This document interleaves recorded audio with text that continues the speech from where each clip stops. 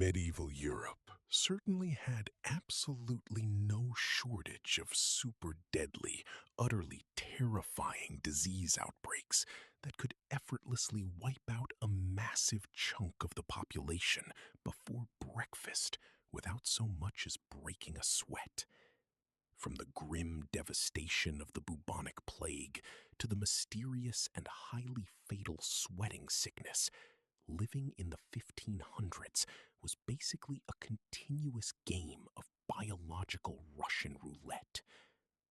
But honestly, none of those grim, gruesome pandemics were quite as bizarre or seemingly as fun to an uninformed outsider as the curious, baffling case of Frau Trophea and the notorious dancing plague. This historical anomaly had upwards of 400 people compulsively, aggressively dancing in the cobblestone streets of their city, some literally boogieing until their hearts gave out to their own deaths.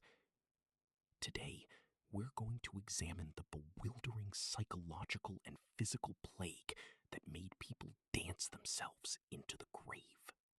But before we hit the dance floor and drop the medieval bass, be sure to subscribe to Lost Ages channel and let us know in the comments below what bizarre historical diseases you're most afraid of catching.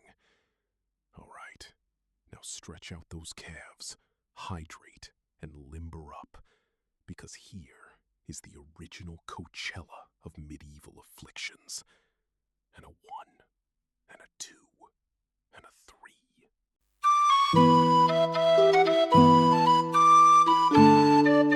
Our incredibly strange story begins on a sweltering, horribly humid July day in the year 1518, when an ordinary, everyday German housewife named Frau Trophea stepped out of her modest, timber-framed home in the city of Strasbourg and started to get down to a groovy beat that absolutely no one else could hear. And she didn't just do a little two-step and go back inside to churn butter. No, she danced in the dirt and cobblestone streets of her small town all day long. She completely ignored the stifling summer heat, much to the absolute embarrassment and utter confusion of her husband, who was not himself compelled to bust a move in any way whatsoever. He just had to stand there and watch his wife invent the medieval equivalent of breakdancing. Frau eventually stopped her solo marathon long enough to catch a few hours of restless, twitchy, sweat-soaked sleep, only to wake up the very next day and start tapping her toes until they were physically blistered and bloody all over again. Naturally, a confused and murmuring crowd began to form around this seemingly insane woman who was enthusiastically dancing to absolutely nothing with ruined, bleeding feet. What a fun, quirky little street performance, the passing villagers must have initially thought, throwing a few puzzled glances as this poor woman danced herself right to the edge of very possible exhaustion, dehydration, and death. Soon, however, she wasn't dancing solo. Frau unintentionally formed a whole involuntary dance troupe, with roughly 30 other locals inexplicably catching the jitterbug and joining her in a spontaneous, never-ending, utterly exhausting dance-off. Frau soon had a full marching band's worth of people aggressively dancing alongside her in the town square. The dancing mania, as it was eventually labeled by baffled historians and medical experts, began to spread like a rhythmic wildfire to more and more people across the city of Strasbourg.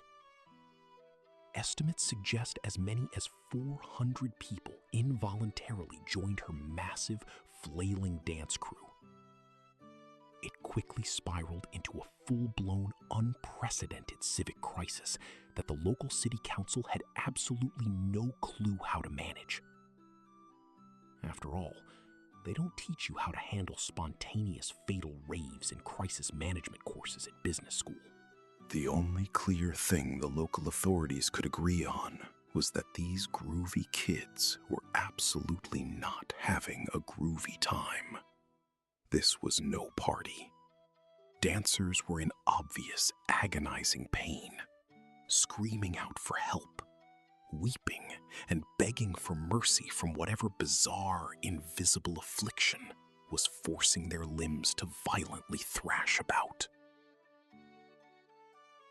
As the long summer stretched on and the brutal European temperatures continued to rise, the physical toll became catastrophic. As many as 15 people a day were dropping dead in the streets from sudden heart attacks, massive strokes, and sheer physical exhaustion. Fresh out of ideas on how to handle this makeshift fatal mosh pit themselves, the panicked city council officially consulted with local physicians to properly diagnose the problem and shut the party down for good.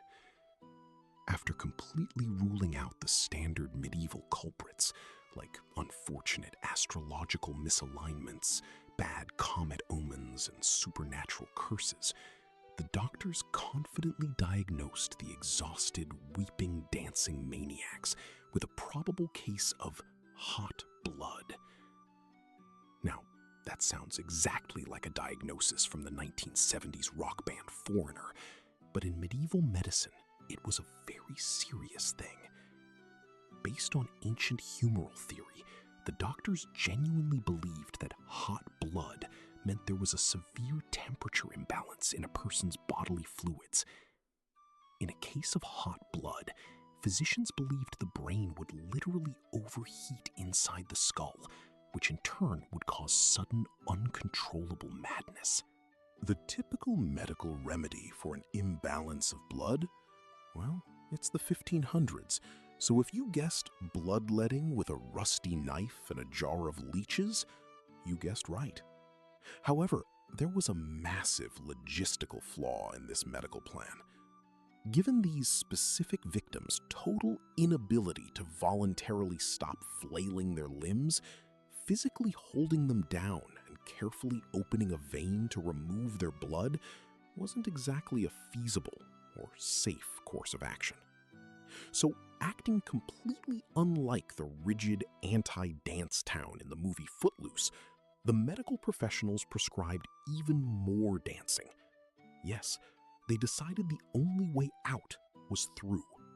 They officially hired professional musicians, complete with lutes, drums, and fifes, to get the crowd hyped up.